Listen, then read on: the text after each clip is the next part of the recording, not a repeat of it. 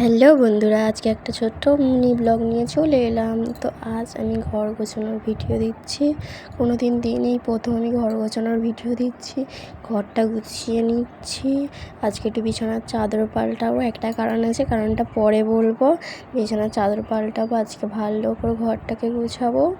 আমাদের এরকম ঘর তো যতই গুছাই ততই নোংরা মনে হয়, কিন্তু আমি গুছিয়ে রাখি। এই বালিশের কভারটা হচ্ছে মিশো থেকে কিনেছিলাম, 300 টাকা দাম নিয়েছিল। খুব সুন্দর লাগছে বিছানায় পাড়তে। আমি তো পুরো প্রেমে পড়ে গেছি। এইগুলো কাচার পড়েছে। এই আমার দেখো ঘরের অবস্থা। এগুলো এখন গোছাবো।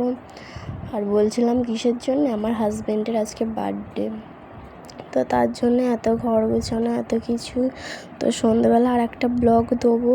কালকে ঝড় হয়েছিল, আমার মেশিনের এখানে অবস্থা দেখো, ঘরের অবস্থাও খারাপ হয়ে গিয়েছিল। তো ঘরটা গুছিয়ে নিচ্ছি। এবারে আমি কত জামা কাপড় পরেছে আজকে, কালকে ঝড় হয়েছে, বৃষ্টি হয়েছে, তবুও আমি আজকে কাচলাম। জামা কাপড় পরেছে তো কী করবো, ওইগুলো কেচেই নিলাম। কেচে নিচ্ছি স্নান টান সেরে। তো বাই, আবার পরের মিনি ব্লগে দেখা হচ্ছে।